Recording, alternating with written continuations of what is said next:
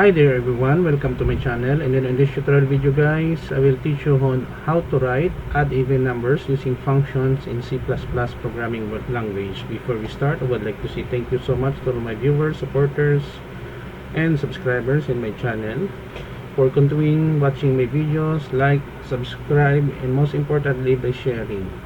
If you are new with my channel and then you like this video, please hit the like button. Don't forget to share and please support my channel guys by clicking the subscribe button. I would like to shout out Marshmallow, Sir Ernil, and Ma'am Robelin. No? So if you would like to be shout out in my channel, kindly leave your comment, your name, and comment now shout out in the comment section of this video tutorial. I will put a link in the video description guys, so that you can download the complete source code for free. Okay, so let's get started. I wrote this code 12 years ago, almost 12 years ago, November 21, 2010, Sunday, C++. So we have here sharp include IOStream for input output, using namespace std, global variables, and then I have several integer variable declaration AR, data, and B. And then I declare one-dimensional array values 10, and then I declare here three functions: get underscore data that will get input from the user, display even, display underscore even, and display underscore add. To void get underscore data, so we are asking here how many numbers to be processed. And then using a for loop statement, we have here b equals 1, b less than or equals to data, b increment, enter item number, and then values here, accumulation.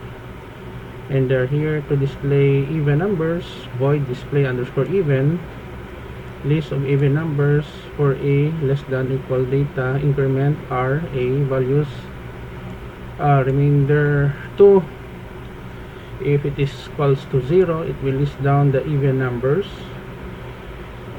In the add, the same thing, however by this time not equal 0, it will display a values. And then the main function in our C++ program, we call the get data, display under even, display add, and then new line here in system cost, and then close. Basically, the main purpose of using a function in C++ or other programming languages is to make our code organized and easy to maintain and read. Okay, so let us run our code, compile and run, so that we can see the result. Add even numbers using functions in C++. How many numbers? Let's say we have 5. 1, 2, 3, 4, 5.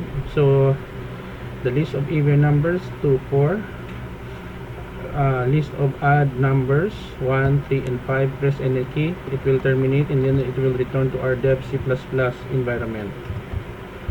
See, run again for the second time around. We have 45, no, the maximum is 10, sorry. So run again, we have 8, so let's say 12, 13, 14, 56, 67, 84, 23, 5.